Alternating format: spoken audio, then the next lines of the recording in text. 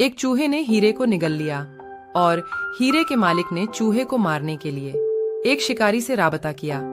जब शिकारी चूहे को मारने पहुंचा तो वहां चूहे 1000 से ज्यादा इकट्ठा थे। सब चूहे एक साथ थे, लेकिन एक चूहा अलग बैठा था।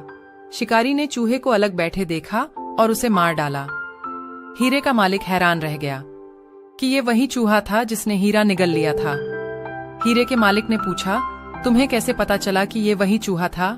शिकारी ने जवाब दिया, जब कमजर्फ अमीर बन जाते हैं या मुआशरे में कोई मकाम हासिल कर लेते हैं तो वे दूसरों के साथ मिलना जुलना बंद कर देते हैं। मेरी वीडियो आपको कैसी लगी कमेंट में जरूर बताएं।